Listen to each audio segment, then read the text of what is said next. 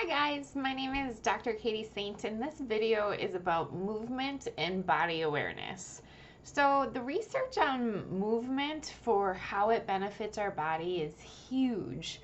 So what the research is telling us right now is that if we move our bodies on a regular basis, we function better. We actually get smarter just from moving our bodies.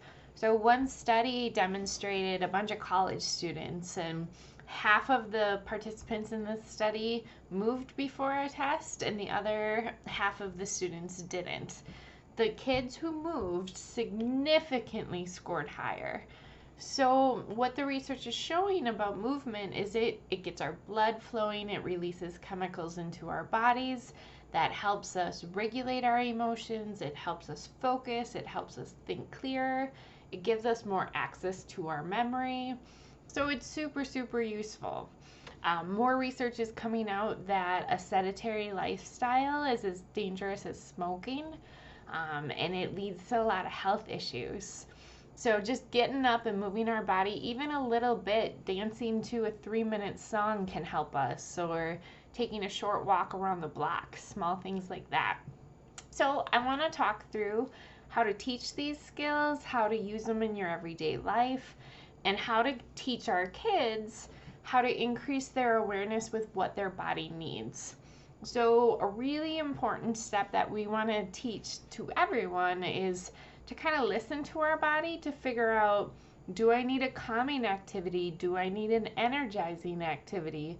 How do I choose what sort of behaviors to engage in? So to start with, we want to do check-ins. So usually this is parent-led or therapist-led to begin with. Hey, how's your body feeling? Do you feel sluggish?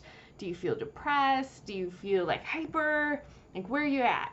And we just get our kids to label those things. And sometimes we might have to tell them, like, I think you're actually really hyper right now because you are like bouncing off the couch and you're just running around like crazy.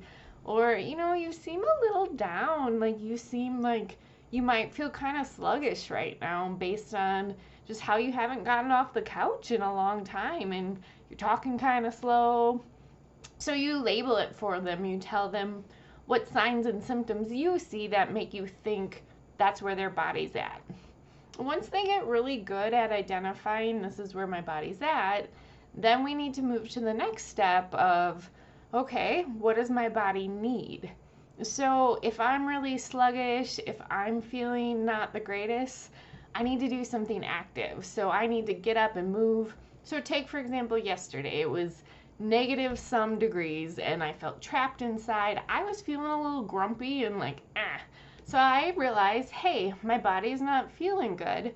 So I need to go and get active. So me and my family went bowling. And then the rest of the day I was in a better mood and I just felt more okay. And that was because I listened to my body and then I took action. So that's what we want to get our kids to do.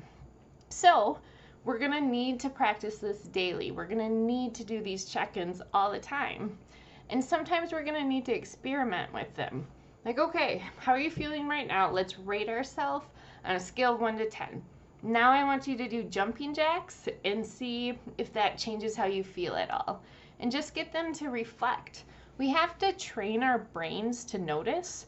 Otherwise, we just go through the motions and we don't always connect, hey, this caused this. This made me feel better. This made me feel worse.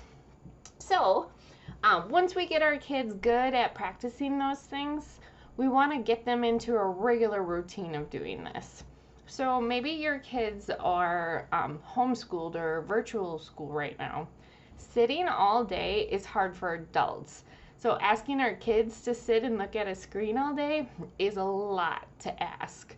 So we can help them by getting them to increase their awareness about what they need and how they're feeling, and then putting those routines in. Like, hey, every day I kind of struggle with feeling restless after my second class.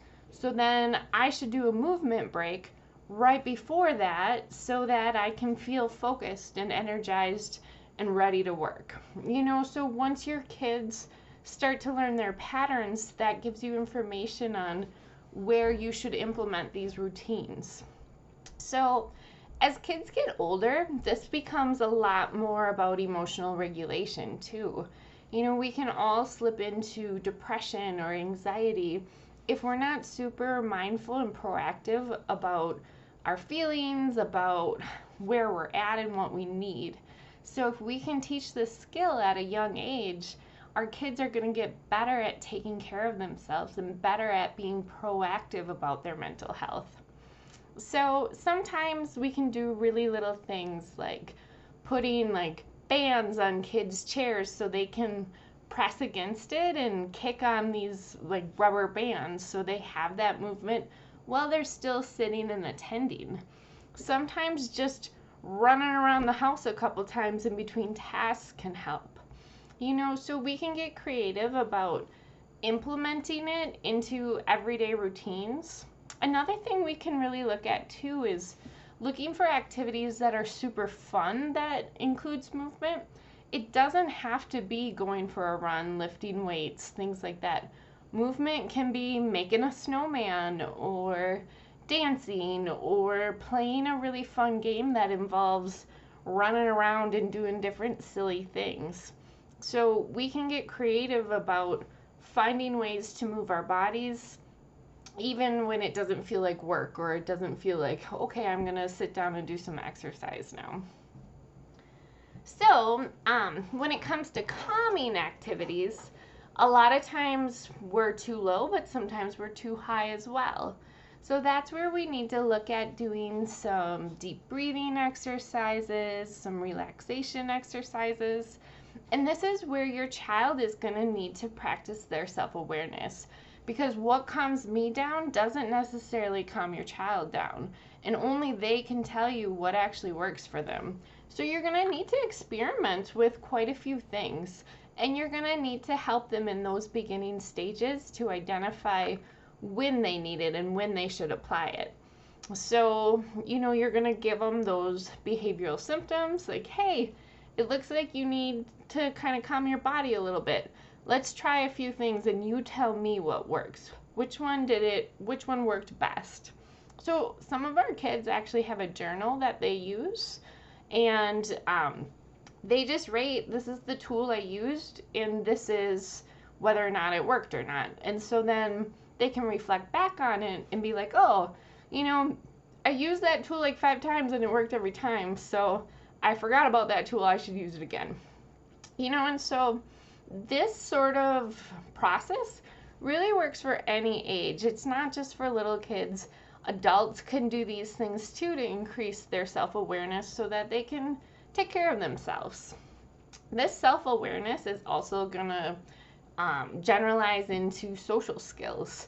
When we are more aware of our bodies, when we are more aware of where we're at, we can better be in tune with the social situation and regulate our bodies accordingly. So sometimes we get nervous, or sometimes we get on a monologue and just go on and on and on, and we miss social cues of other people who might not be interested or who we're not connecting with. So when we increase awareness in ourselves, we're able to stay calmer, which allows us to pay attention better socially and allows us to connect better.